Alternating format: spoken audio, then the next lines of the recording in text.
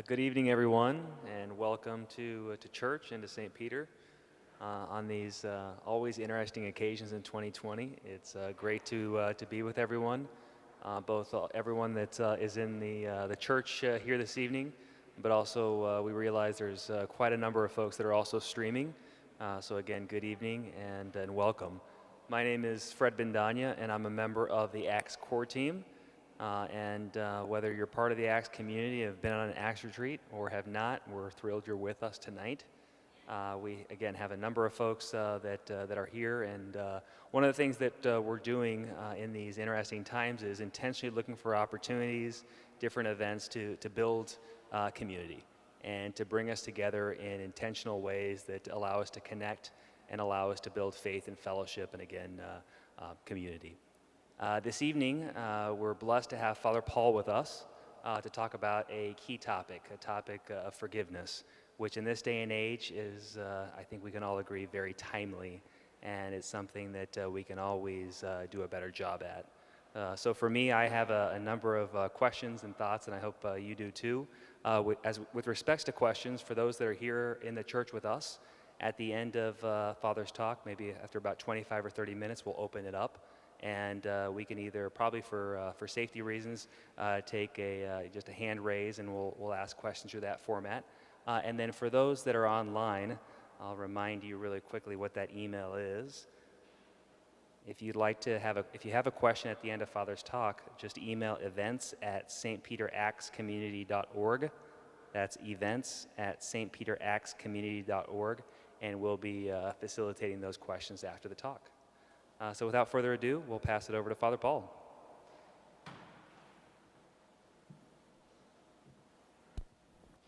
Thank you so much for everybody to organize this event. I like to do the talking. I don't like to do the organizing.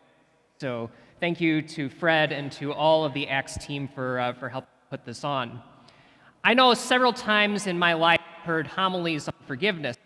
Tell a story about forgiveness, and you would hear this wonderful story about how this person had this terrible thing happen to them, and then you would skip a whole bunch of steps, and then they would say, but I forgave the person, and you'd be like, wow, forgiveness is really possible. Even if in that kind of situation, if they can do it, then I can do it. And you're like, well, I'm going to start forgiving right now, and then like 2 days later, you're still kind of angry about it. And what was so often missing is the steps in between when they were really, really angry and when they were able to let go of their anger. And so I don't know about you, try to apply these little lessons the priest was giving from the pulpit in my own life, and I would start to ask myself a whole bunch of questions, and it would mainly revolve around the question, what does here? You know, if somebody is saying that forgiveness is letting go of your anger, I don't have control over whether I feel angry or not. I just am angry. So does that mean I haven't forgiven? You know, or it might be something like, you have that kid in school, and you're in second grade, and the kid hits you, and the teacher stands over the two of you and says, now say you're sorry. Now say, I forgive you. And then that's supposed to be it. That's how maybe we understand how forgiveness is supposed to be. But then afterwards, you realize that there might still be some resentment there. Or it might be that kid comes back and he hits you again and again and again, and it just doesn't stop. And so you start to ask yourself the question, does forgiveness mean that I have to be a doormat? Does forgiveness mean that I have to keep letting the same things happen to me over and over and over again? And so what ended up happening was, I became a philosophy student, and so I started, I could either flip burgers or I could start reading about forgiveness. Those were really two options that I had. So I've been doing a lot of research in the early stages of a book on the topic. The worst homily that I ever heard in the world, it was not about forgiveness. It was that when I was at Catholic University, and there was a guy who got up in the pulpit and he read this section from one of the epistles of St. Paul, and he says, boy, are you all in luck because I'm doing my doctoral dissertation on this one passage. And I slunk down in my chair because I knew it was going to be a long one. And the problem with that particular section or that homily was because he was so in the weeds of that topic that he couldn't go broad and look at the big picture again. And so what I want to do for you is I'm trying, as I'm in the middle of the weeds in all of this, I've got so many great ideas and I've learned so much in this process of writing this book that I want to try to give a big picture for you. And one of the things that I encountered, there's a Dr. Robert Enright is his name. And what he is that he specializes in helping people go through the forgiveness process. And he's come up with a list of about 14 steps, many of which I'll talk about here. I'll go over some of them for the sake of time. But he talks about from the very early stages, the person who is going to have the most difficulty with forgiveness, who is, at the very start, and he tries to walk through what a forgiveness process might look like for that person. So the very first step in Dr. Robert Enright's process is to identify what our defense mechanisms are. Now, before you can ever solve any problem, the first thing that we have to do is we have to acknowledge that there's a problem. But you and I, as human beings, we have all sorts of ways, our body has all sorts of ways of suppressing the pain because there's something that needs to be done right now. So often this happens with soldiers. They're in war, they're seeing terrible things, but they don't process the trauma right there and then. They have to do what they're supposed to do. And so the mind has this amazing ability of tuning that out. But then what ends up happening is that person then ends up having to deal with it later. And there's all sorts of ways that we end up lying to ourselves in order to not admit that there's an issue. So at one point I had a teacher when I was at one of my levels of education, and he was the kind of person who be getting visibly angry. And so what happens, we have a whole bunch of students who are with a teacher who gets visibly angry, is that they start poking at him.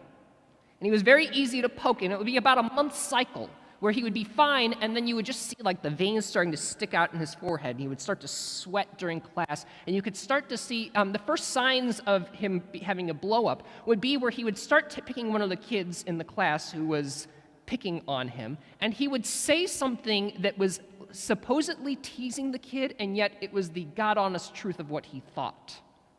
And then what would happen is the final thing in the blow-up is he would take something and he would throw it to the ground, or he would break something, and then he would scream for about 2 seconds, and then he would stop and he would get this look on his face, but I'm not angry. And so if we want to talk about psychological defense mechanisms, there are 2 psychological defense mechanisms there. The first one is passive aggression. So rather than acknowledging that we are angry or that we are hurt or that what this person is doing is bothering us and addressing it outright in a constructive way, what this teacher would do is that he would throw that insult. It was one of those things that had barbs behind it, and everybody knew it had barbs behind it, but he was trying to just pass it off as a joke. Passive aggression is one way of making sure that we don't see the problem. The other thing that he did is when he would smile at the very end and say, but I'm not angry, despite the fact that he just screamed really loud and broke something, that's what we call denial. And so those are 2 to start with, but another one is minimizing. Minimizing is actually a special form of where you acknowledge that something happened, but you say, what happened to me, though, it really wasn't that big of a deal. So I remember when I was at Sacred Heart in Florissant, there was, there would be oftentimes these people who would call like in the middle of the night, and it was because they were in the midst of a great depression for themselves. And that was just something that would happen occasionally, or more often than you would think.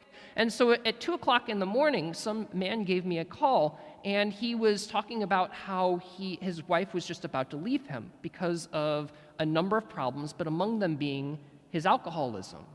And so after hearing him talk for a little while, what I did was I pulled out a handy-dandy tool called the ACEs Inventory. That stands for the Adverse Childhood Experiences Inventory. And one of the things that they've been able to determine is not everybody who has a high ACE score. They basically do is they ask you a series of questions, 10 questions. Were you sexually abused as a child? Did you ever see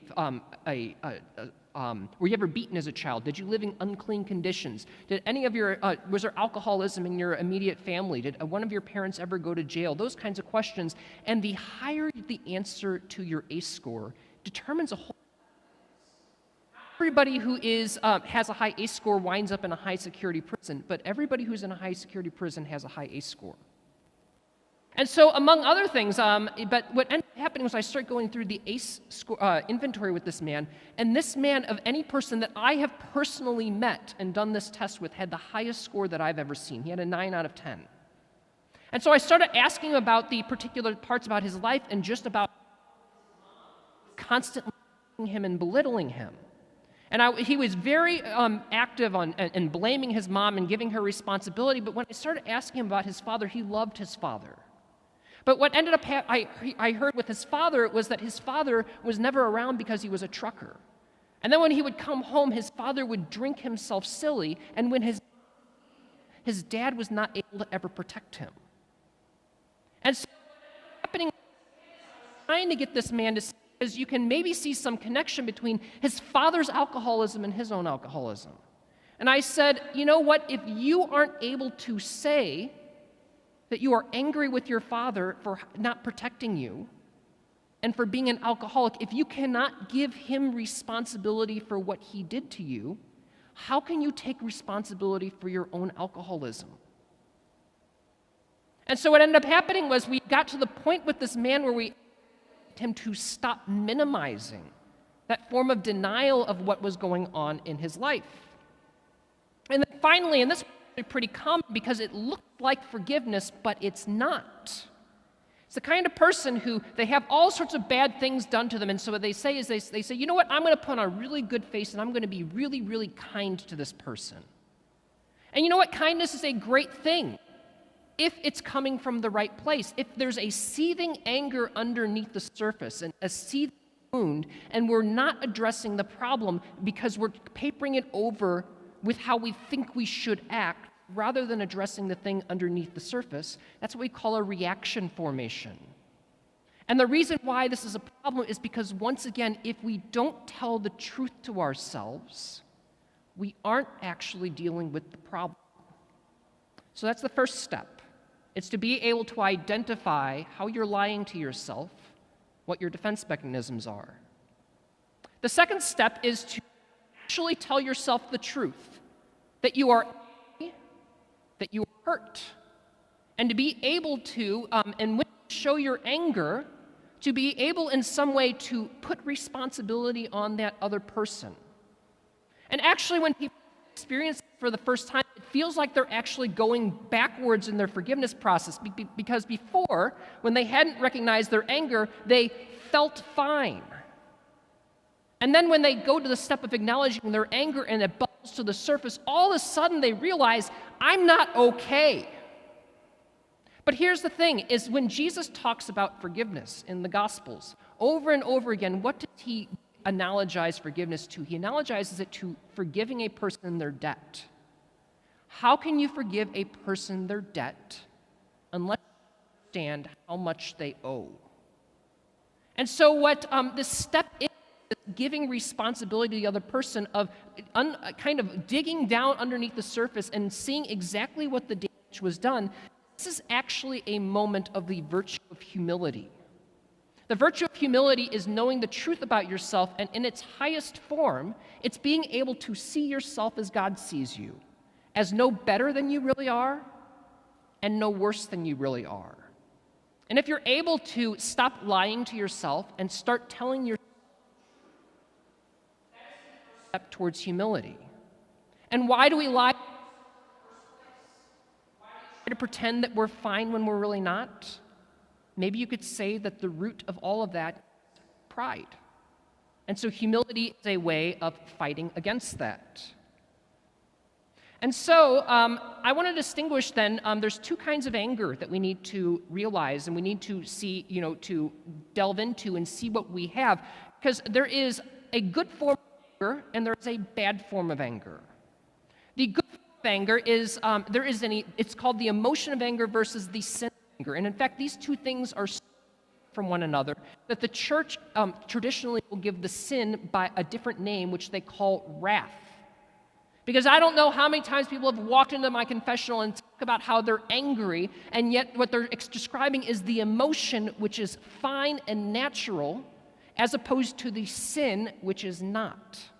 The emotion of anger is the gift that God gave us in order to be able to move themselves against a perceived injustice. So if I am walking down the street and I see somebody kicking a homeless person, the right reaction at that time is to get angry, because that anger is motivating us to act. The sin of anger, on the other hand, is where we take that anger, that emotion of anger, and we act in a way which is disproportionate to the situation. What is proportionate in the situation of a person kicking a homeless man is to tell the man to stop, to maybe push him aside, maybe tackle them, maybe put them in a wrestling pin, whatever the situation might require. The wrong thing to do in that situation would be to beat him to a pulp. So you can see that there's different situations. The sin of wrath is taking your anger and using it in a way which is not proportionate to the situation. It can also be, there's another part of the sin of wrath where you can be punching that guy in the face, if that's what it's called for, and not seriously desire to harm that person. You might be wanting to inflict pain on that person. There's a difference between inflicting pain and inflicting harm. Not all pain is bad pain. Sometimes we need pain in order to grow. But when we're harming a person, we are doing something which is not in their best interest. And so you can be loving somebody, as contradictory as this might seem, you can be loving the man who is kicking the homeless man, even if you're punching him in the face, if it's proportionate to the situation. Hard to believe, but it's true. As long as, and there's all sorts of ways of causing harm to a person. We can do it in our thoughts. We can brood over injuries. We can be stewing over that person and, beating that person to a pulp in our mind. That's not helping the situation at all. We can do it in the situation after the fact, or we can do it. And so one of these the key ways that we need to be able to, things that we need to be able to identify is, where am I experiencing the emotion of anger? And where am I experiencing the sin of anger? Because one of the first steps that we need to do at this point is, if we are feeding the sin of anger in our thoughts, it's to try to stop feeding that immediately. Stop, cursing the person in your mind, and at that moment, at the very least at that moment, stop doing it. But if even better, do what Christ commands in those moments, is love your enemies and pray for those who persecute you. Say a prayer for their conversion. Say a prayer that one day that they will repent of their sins, because you know what? I wouldn't wish the alternative to heaven to my worst enemies. Okay, so then the next step after that is, there is a psychological term, it's called cathexis. And cathexis is where you have a mental fixation on a particular event or a particular person. And so cathexis might be a situation where that person who has hurt you, you see them walk into the back of the room. And while you might be busy doing other things, your mental energy is focused on that threat over there in the corner. That's cathexis. Or it could be a situation where somebody has, traumatized you, wounded you in some way, and what you end up doing is that you replay that incident over and over and over again in your mind, and it winds up consuming so much energy. This is what is called trauma, where you replay over and over again in your mind what happened. The psychologist at the seminary, Dr. She says one theory of what trauma is trying to accomplish, that the mind is trying to accomplish in trauma, is that the mind realizes that it was unprepared for what happened to it. So what it's doing is it's replaying that thing over and over in the mind in order to, as a way, kind of backwards prepare itself for what happened to it. And so what ends up happening is, the only way to stop the cathexis is to start realizing, what ways do I need to grow as a person in order to prevent that from happening again? If I were back in that situation again, what would I have done differently? It is an opportunity. It's the mind's call to grow. The next step in the process is to grieve your losses. One of the things about telling the truth is that sometimes we might be in denial that a relationship which is ultimately broken, we think that it can be saved. And so that's not always the case. Oftentimes, reconciliation really is possible, but there's some times where that's not the case. And so in those situations, one thing that we need to do is we need to grieve those losses. Now, oftentimes people who find where they have an abusive spouse, for instance, and then the person comes back and they're all contrite for what they did, and so they're brought back, and then the same process happens over and over and over again. It's that idea of they get this feeling that I am becoming a doormat, and it's a big turn off for many people to the Christian teaching on forgiveness, because they say, you know what, you're telling people to go back and be victimized again. But there is a big difference between forgiveness and reconciliation. They're not the same thing. They're related to each other, and later, if I had more time, I would talk about how they actually are related, but let's talk now about how they're different. Because forgiveness is past-oriented. It's looking at what happened back then. Letting go of the hate, being able to move on with our life, to stop seeing ourselves as a victim, and to learn from that experience and move forward. Past-oriented. Is future-oriented. It's taking a relationship and it's saying, what does this relationship look like in the future? So we can know that they're different because they have different properties. The other thing that is different between forgiveness and reconciliation, forgiveness is something that one person does by themselves. If one person harms me, I can be forgiving that person if they never apologize. I can be dealing with my own anger. I can be dealing with my own hatred, even if the person is moving across the country, even if the person has passed away. I am perfectly capable of learning how to forgive. But reconciliation is a two-person process. It requires forgiveness to start, but reconciliation is about trying to reach a mutual understanding and restoring trust in a relationship. And so it's very possible to have a situation where somebody does the hard work of forgiveness, and yet reconciliation is just not possible. There's a Dr. Eleanor Stump. She teaches at St. Louis University, and she gives this as an example. So, you've been inviting this one person over to your house for a very long time, and they've been around your kids, and you find out that this person has done some very horrible things to your children. And this person, you call the police, this person goes to jail, they're in jail for a few years, and this person has a major conversion, a major change of heart. They're completely contrite about what they've done. And then they knock on your door at the end of their prison term, and they say, I am so sorry for what I did to you and what I did to your family. A perfectly reasonable response at that point is to say, I forgive you. I want what's best for you. I hope that your repentance is true and that you're able to live a good and happy life, but I can't let you around my children anymore. I can't put them through that. So I'm sorry, I can't let you into my house. That is a perfectly reasonable boundary to be setting with a person. And so what we can see here is that there are times when you can be a completely forgiving person and reconciliation is not possible. I believe, however, as a Christian, that ultimately the two are related, because if a person really is repentant, I believe that we will be reconciled in heaven. And that is a firm act of faith that I have. But here on earth, things are different. Maybe reconciliation and forgiveness have to remain different in this life.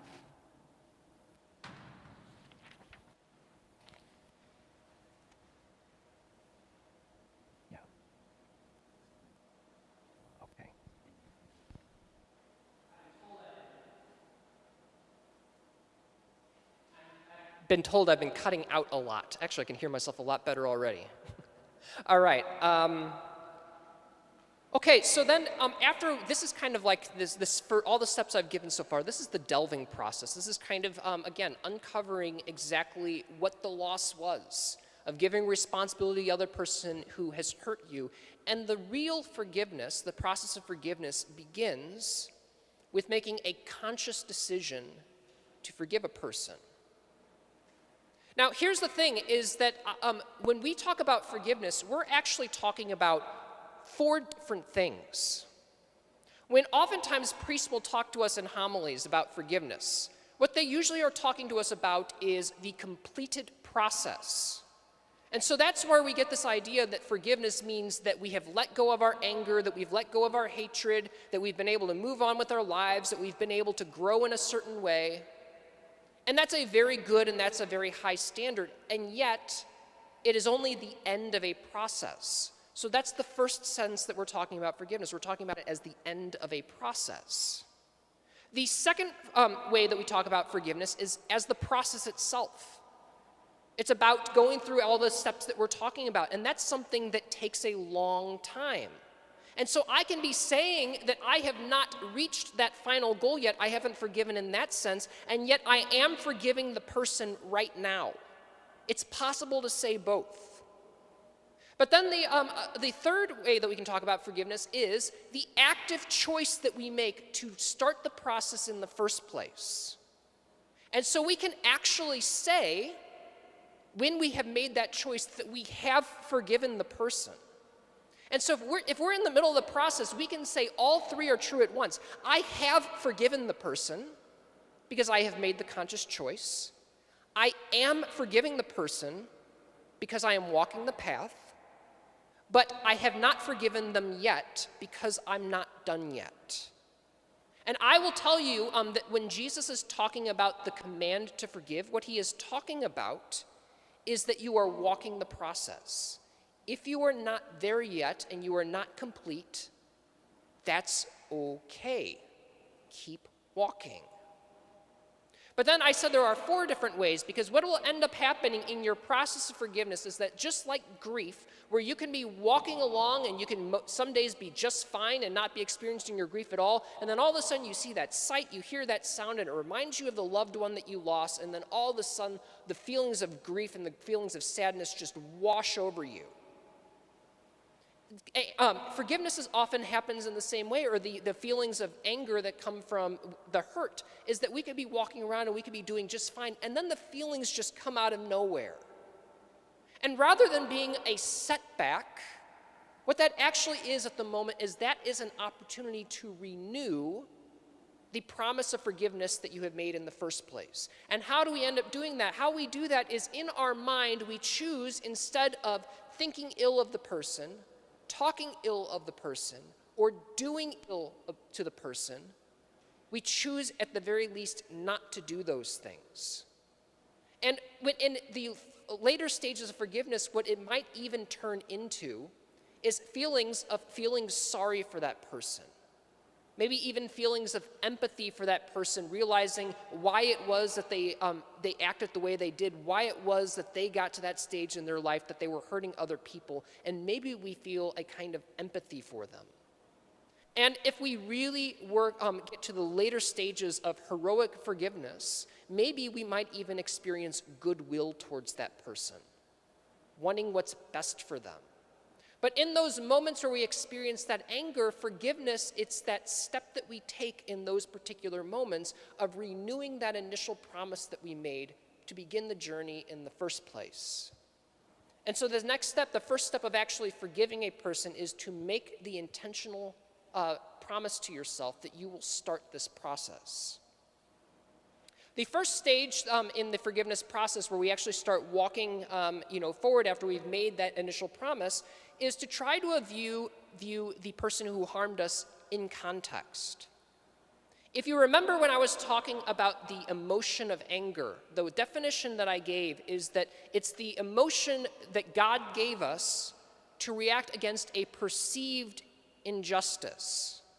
The perceived there is very important, because what it means is that sometimes we are creating part of our own reality.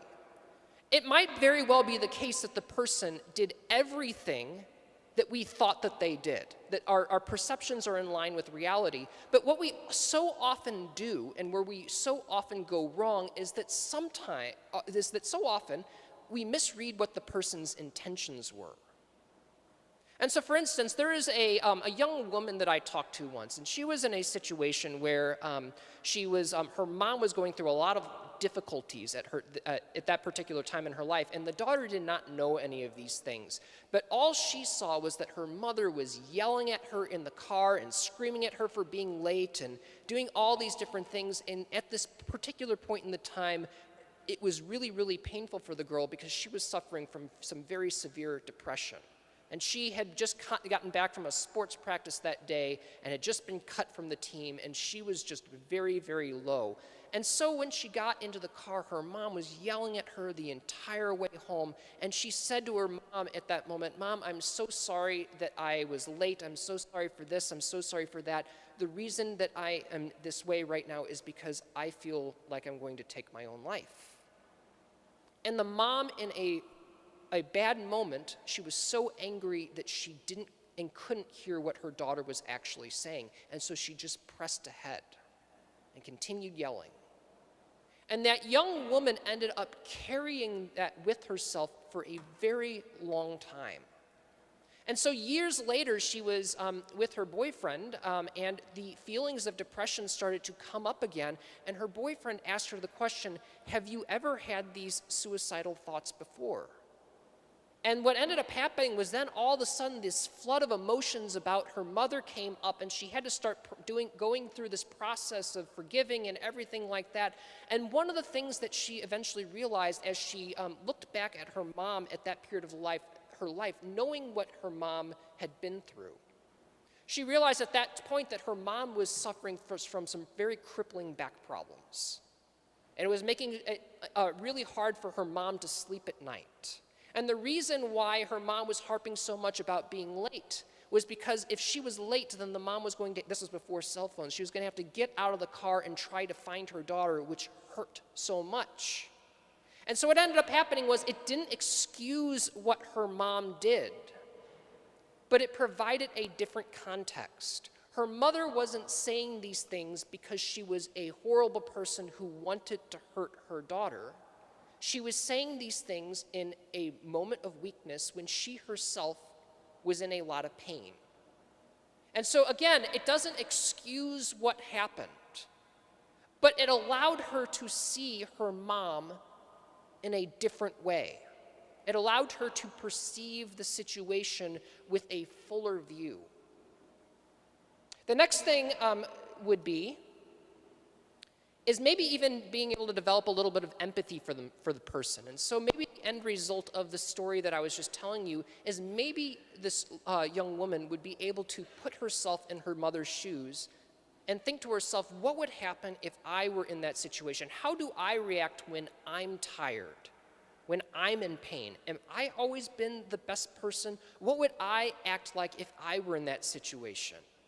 And maybe to be able to acknowledge it's not okay what happened, and I would hope that I would never do those types of things, but I could see it wouldn't be outside the realm of possibility for me. I can understand how she felt in those moments.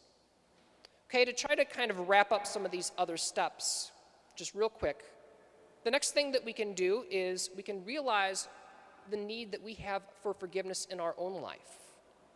Because if we are getting into walking this path of being truthful about ourselves, of seeing ourselves as God sees us, no better, no worse than we really are, and we are getting into the habit of putting responsibility where it's supposed to be, on the shoulders of other people, and then what that'll allow us to do is it'll allow us to see ourselves clearly and place responsibility for our own faults on our own shoulders. And what we can realize in that moment is the good that we have received in our own lives if we have been forgiven, and to be able to extend that good at one and the same time to others. Another great part about this process is because we are no longer bottling up or denying our own pain or our own grief, is that we start to discover a community around us. Maybe it's a community that have experienced the same kinds of things that we have. Maybe it's just other people who have gone through similar things or have just gone through other major trials in their life, and we come to the realization that because we were able to open up and talk about it, that we're not alone. We're not walking this path by ourselves. And that itself is very healing. Because what it allows to happen to us is that we take this thing which was really awful, this terrible part about our past, and we're able to see when we start to reach a step like this, that awful thing where we thought that no good fruit could grow out of it, that it was salted fields in our own soul, and it could just, nothing good could ever live there again. We see that out of it, good close friendships formed. And so we can see that even in that wound, we can see real life and real growth.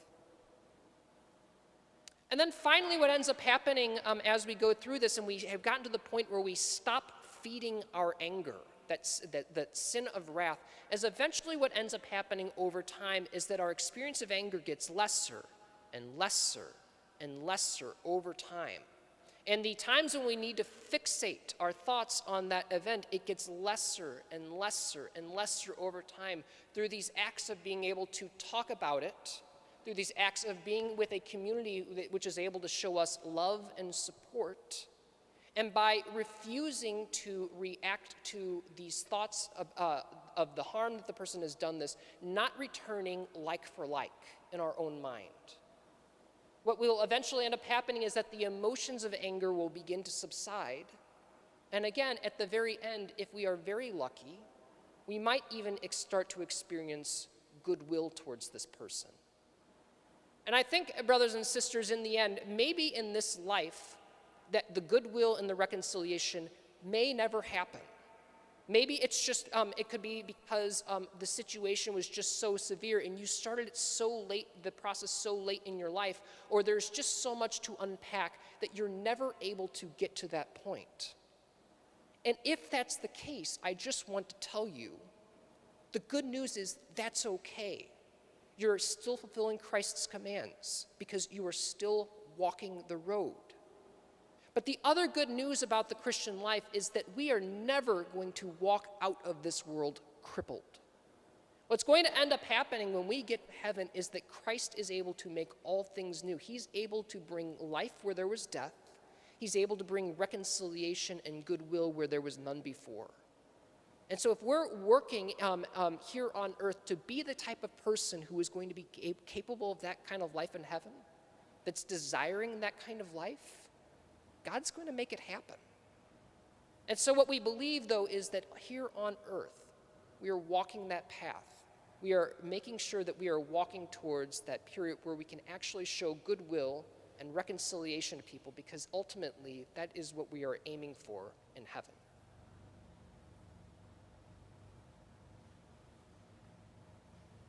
All right, so how are we going to do questions here?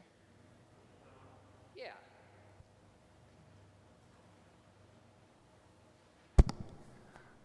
Well, thank you, Father Paul, for a really incredible and enlightening presentation thus far. And we want to make the rest of the evening as interactive as possible.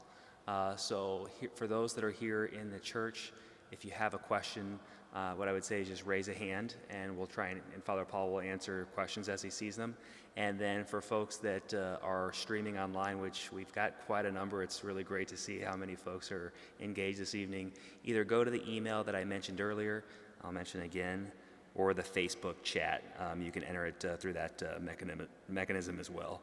So again, the Facebook chat, or, I apologize, I should be more tech savvy.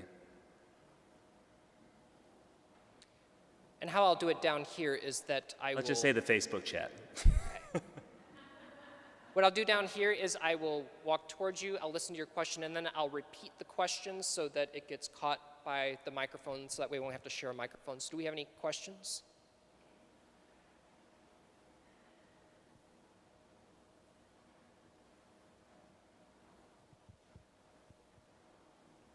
They all got the handout here live, so it's... You know, we have one question that came in before, so let me read this one, and then we'll take some in from the Facebook chat. So this is from one of the participants online. Just this week, I have learned a great deal about forgiveness. 10 years ago, I made a mistake that caused me to lose my job. I have been looking for a new job the last several months. This employment journey brought me back to that same company who offered me a job again. While this says a great deal about the company and their values, I've had a difficult time forgiving myself. Besides sharing this experience with others and being grateful for all that I have learned about God's amazing mercy and grace, what other ways can we work to forgive ourselves? I do love the way that being forgiven changes our hearts and strengthens our faith. Yeah, so I talked mainly about forgiveness of other people in my talk, but obviously there's all sorts of other different ways of talking about forgiveness and other different interesting topics to talk about. So the one is, of course, forgiveness of yourself. Another one would be the kind of forgiveness which is a corporate forgiveness. So when you have one group of people who have harmed another group of people, but they have to continue living side by side, it's kind of strange because while we talk about forgiveness in those cases, in some cases, those cases almost require a kind of reconciliation. And so anyway, it's amazing because all of these different types of forgiveness, they even take different forms. You know, self-forgiveness, it's not something that I have been able to read a whole lot about, but I will say this, you know, I've told this story a few times from the pulpit, and it's that when I was in high school, I was on the tennis team, and I wound up, getting trapped on the tennis court by 4 of the boys, you know, on the tennis team, and I wound up, you know, having, you know, these tennis balls hit at me, and, you know, the one kid had 20 mile per hour serve, and I ended up with these welts on my body and everything like that, and I just remember how much anger I remember having 10 years later after the fact. And I just would remember, I brought this once to a spiritual director because it was one of those moments for me where there was this anger that was coming out towards, you know, like when I was talking about grief, you're fine, you're fine, you're fine, and then all of a sudden this thought comes into your mind and the wave of anger flowed over me. And the guy, my spiritual director basically said, "Do you realize what you're doing to yourself?"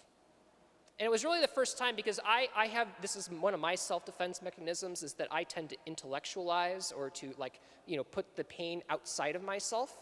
And so, you know, like when, you know, what began my story in the first place of, you know, my journey towards the priesthood is I asked the question, why did God create the world in the first place? And that was a really big question to ask in order to not address what was going on inside. And, but what ended up happening was the priest helped me to see that one of the reasons I was having so much trouble forgiving those people was because I was so angry at myself for allowing that to happen to me.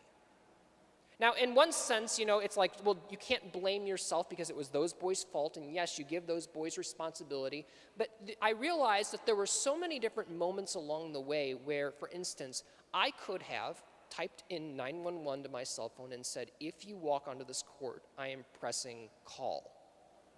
You know, or something like that. I could have stood up for myself. I could have used my words. And even if they still continued onwards and they were still hitting those tennis balls at me, I realized at that moment I needed to fight back. Even if it was 1-on-4 and I was sure to lose, there were some things that were worse than just sitting there and taking that. And so when I finally realized, so for me, what ended up happening was as soon as I came to those two conclusions, for me, the anger subsided towards myself. And I've kind of tried to think about that since then, about why it was that was the case for me. And I don't want to say that that's going to be the case for everybody. But what I realized for myself in that moment was that I needed a way to grow through that incident of being able to say to myself, how would I do differently at that point? What could I do differently? Who should I become in the future that I wouldn't be that same person again? And so in my particular case, once again, that was a situation where I was a victim. I'm sure there are also situations where a person has done wrong, and that's what we're talking about with the forgiveness of self. And I could say I really haven't plumbed really the depths of that topic, so I really don't have a clear answer for you. But at the very least, I think that that's one thing that is going to be part of any forgiveness process is the self-knowledge and self-growth. It's if I found myself in that situation again, where was my responsibility in that incident? To give yourself the full weight of responsibility for what happened, but then to be able to ask yourself, what do I need to do differently in the future? That's maybe a preliminary answer to maybe another talk. No questions yet through the chat. Yeah. Anything else? Yep.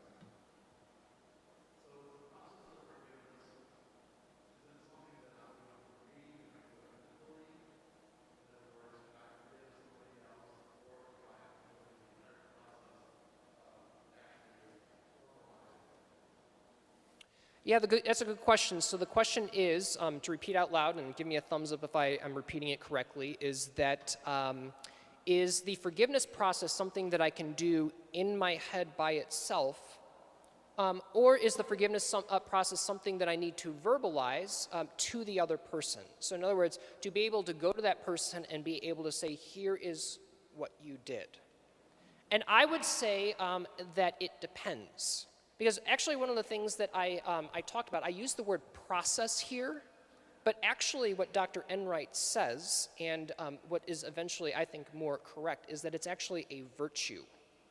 And virtue is a very technical term in philosophy. I mean, there's a lot to be able to say about it, and I wanted to avoid talking about a lot of that. But one of the things about a virtue is that it is, there is no clear yes or no answers to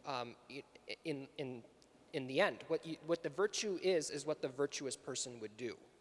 So in other words, that doesn't make a lot of sense, but I like to give the example of when you see Sidney Crosby play hockey, or like when I watch Sidney Crosby play hockey, whatever he ends up doing was the right thing to do. I mean, it's amazing how good he is and how skilled he is, and you can have people who are very, very good at it who can still look at him and use him as a model. And so you could ask yourself the situation, what would with all the differences of situations that exist in hockey, you know, there's infinite possibilities, ask yourself, what would the virtuous person do?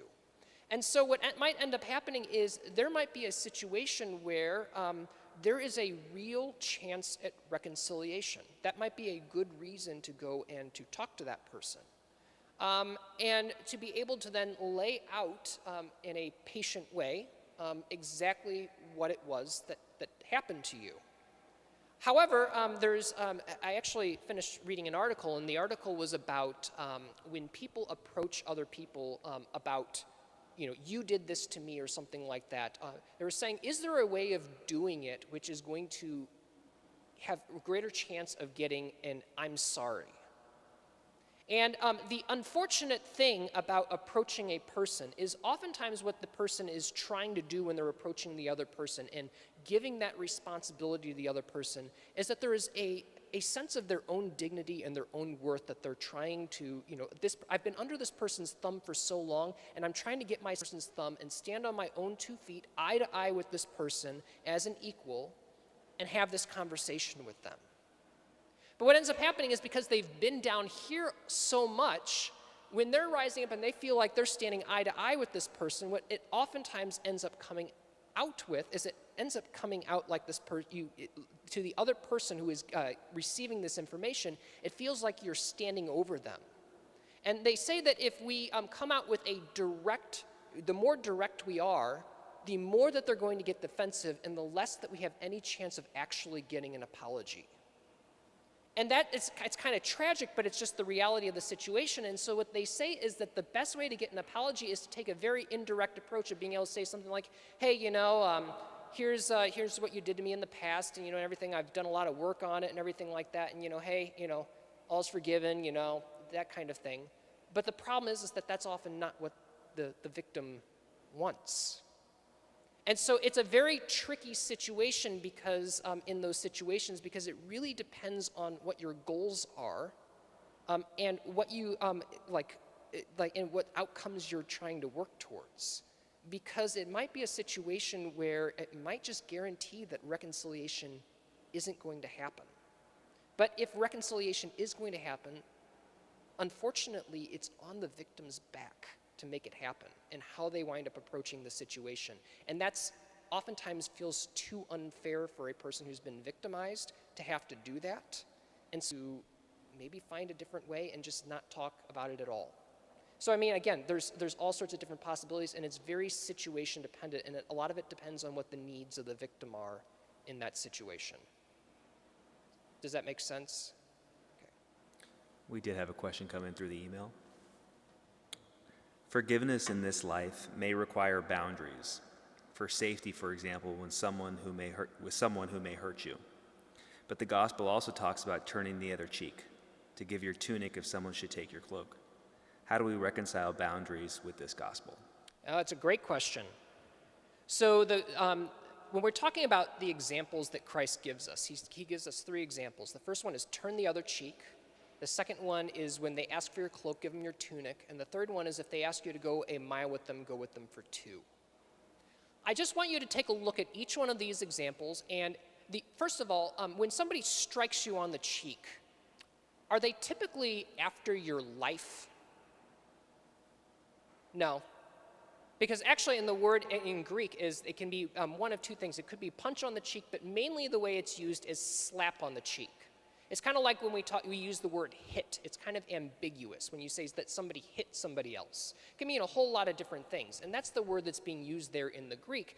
And the idea is if you're able to turn the other cheek afterwards, it's obviously not been a knockout punch. And so when Jesus is talking here, is he talking about a threat against your life? No.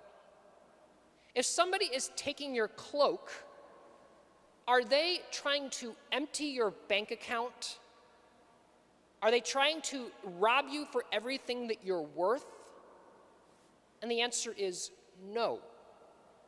And then the final one, this takes a little bit of history, but it was, according to Roman law, you could require a person to walk 1,000 paces and do some sort of manual labor. And after the 1,000th pace, you had to release them from service. So actually, this is where Simon the Cyrenian was required to help carry Jesus' cross.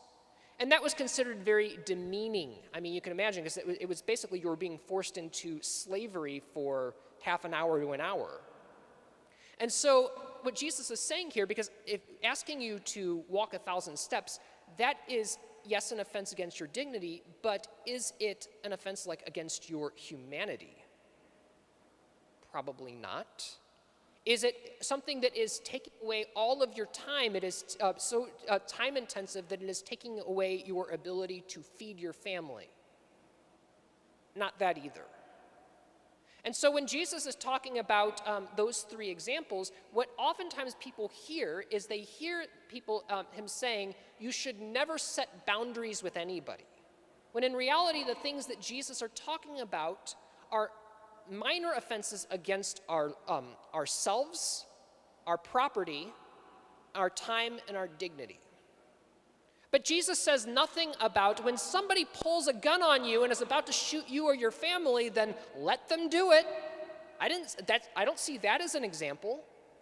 When somebody is going to beat you and rob you and leave you for dead, just, give them everything. I don't hear him saying that either. I don't hear him saying in those passages that slavery is okay and that if somebody enslaves you for the next 30 years of your life or until you die, that you should just let them do it. But what I think Jesus is saying here is that so often we take every small offense against our dignity. When we do something to other people, we always see it as a really small deal. You gossip about that other person. Oh my gosh, did you see what she was wearing? Oh my gosh, did you see them? What a jerk they were there. And we say these things, and it comes so easily out of our mouths, and maybe we reflect on it in confession later, and we say, you know what, I probably shouldn't have said that, and then we move on.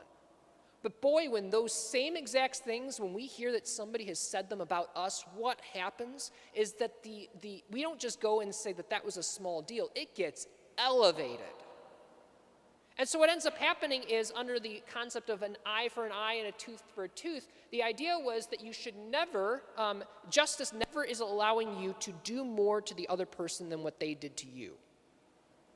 So what ends up happening, though, is that in that world, though, where you always perceive things that happen to yourself as much worse than they really are, is that you start to require vengeance, which is beyond what is reasonable. And what Jesus is saying at that point is he's not saying don't set boundaries with people.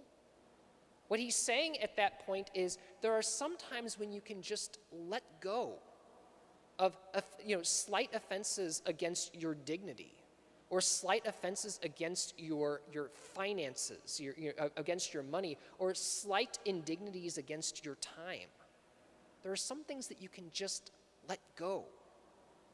And actually, so that's what we talk about. When you're able to do that, that is a very forgiving person who is capable of doing that. But that is a very different thing when we're talking about setting boundaries with a person who is actually being destructive in our life, who is destructive of our dignity, destructive of our person, destructive of our property, or destructive of our time. That's great. We have one final question, and then we'll probably be right at time. So this one is interesting. So tonight you've talked about forgiving oneself, forgiving loved ones. Could you talk a little bit about folks that have a problem forgiving God, and as a result, impacts their ability to attend Mass and just their relationship as a whole with their faith? Yeah, and again, that's one of those situations right now. I mean, I've been able to do a lot of theory and walking through some very general steps with forgiving other people. And that's one of those ones I've dealt with in a very pastoral way, but I haven't been able to come up with a full account of like what could be helpful for everybody. But I think in those situations, I mean, there is one step in this forgiveness process where it was talking about grieving your relationships. And another part of that grieving process is it's grieving maybe your perception of the fairness of the world. I mean, because sometimes what ends up happening is that we have this period of innocence, and then it's like the thing happens to us, and it's like we see this ugliness in the world. And actually, when I talk about my conversion story, that was the question that I was asking in the first place. Of course, I would never admit that I was angry with God, but this thing happened to me over here. And so I started asking this incredibly abstract question: why did God create the world in the first place? But the thing that I was actually asking there is I was saying, God, it seems like you did a really bad job of creating this world in the first place. And so I think that part of learning how to forgive God is walking through this forgiveness process, because what ends up happening is when you're able to see that God is able to bring good even out of what you think is salted fields. That's maybe one step towards your forgiveness of God, is being able to realize that, you know what, even when this happened to you, He has your back. He cares about you. He loves you. And so I think that's maybe one part of the process. I think the other part of the process, and this is so often the case, is just like the steps we're talking about with forgiveness here, sometimes it's good to just be able to admit the fact that you are angry with God. And because that feels like it's so wrong to say that. I'm angry with God, like he's obviously right. He's God, It's like, can I be angry with him? And the answer is, of course you can be, very legitimately. One of the things, there was a monk, a Benedictine monk, who taught us in seminary. And the monks, it's a very ancient tradition with them. The very earliest Benedictine monks, before they were allowed to take final vows, had to have all 150 psalms memorized. And the reason they had to do this was, of course, they didn't have books back then where you could just, follow along in your book. So that was one reason. But the second reason is that you have these prayers, which at first they're just things that you've memorized, so they're sitting up here in your head. But the idea is that when you've memorized something and you receive that wisdom, it becomes a part of who you are. And one of the things that's very common in the Psalms is expressions of anger towards God. Pretty common. And so what's amazing about it, when you think about it, it's not just the fact that it's in the Psalms, but it's the fact that we believe that the Scripture is the inspired Word of God. So what you're doing is that God inspired the writer of the Psalms to express their anger towards God, and the whole purpose of that anger was to be able to then have us pray that anger and to be able to give it back to God, and to be able to hold up the book and say, you can't strike me with any lightning bolt because I'm just repeating back what you said. And there's something really beautiful about that. But what this Benedictine said, he said that after you pray that psalm of anger towards God, you do whatever we do when you're praying the psalms in community, is that every psalm ends with the prayer, glory be to the Father, and to the Son, and to the Holy Spirit, as it was in the beginning, is now, and ever shall be, world without end. Amen. And so what you're doing is, in that moment, is you are being able to acknowledge that you are angry with God, because like in any relationship, that has to happen. You have a relationship with God, and you should be able to express that anger towards Him. And yet, at the same time, we end the psalm by acknowledging that in the end, we still acknowledge that He's God. And so I guess those would be two things that I would say is, first of all, to be able to have that kind of relationship with God where you can express your anger, but then second of all, go through the forgiveness process and go through this growth process. Because for me in particular, that has been the way where I've been able to gain my trust in God, because he has gotten me through so much. And I just have this confidence, like, okay, God, if you've gotten me through all these things in the past, I trust that you're going to get me through the next one. So maybe that's a start to how we learn to forgive God. Thank you. I think with everyone here and then for those in the room, maybe we'll just give Father Paul a round of applause.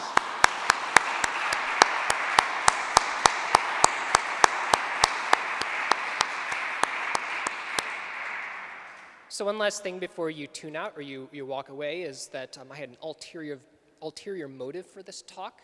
And I told you that I'm starting the process of writing this book. And one thing that would be very helpful to me, and which you could do so much to help me out with, is to tell me your stories of forgiveness, of times where you felt stuck in the process or where you are stuck in the process, of what happened to you that allowed you to move forward, of times where you feel like that you have pretty much completed the forgiveness process. What did that look like for you from start to finish? And to be able to tell me those stories, and what the idea is, of course, protecting your anonymity in the book. And I would give you full permission over what ended up getting printed. I can talk as generally as you want or anything like that, but to be able to then participate, because I see this gift that I have. I mean, philosophy is really great for myself and my own understanding, but I feel like it's a gift that I need to start giving back. And so if you feel like that you want to help in my project and to be able to give back in your own way by helping other people maybe with your own story, I included my email address and my phone number on there, and we can get together and we can just sit and chat. You can write something if you want, but I kind of prefer to sit and do it over coffee or something like that and get to know each and every one of you. And then also that would give you the ability, when we were talking about, of giving you a lot of control over anything that gets published or anything like that. So if you're at all interested in helping me, I would love your help. And thank you all, and God bless.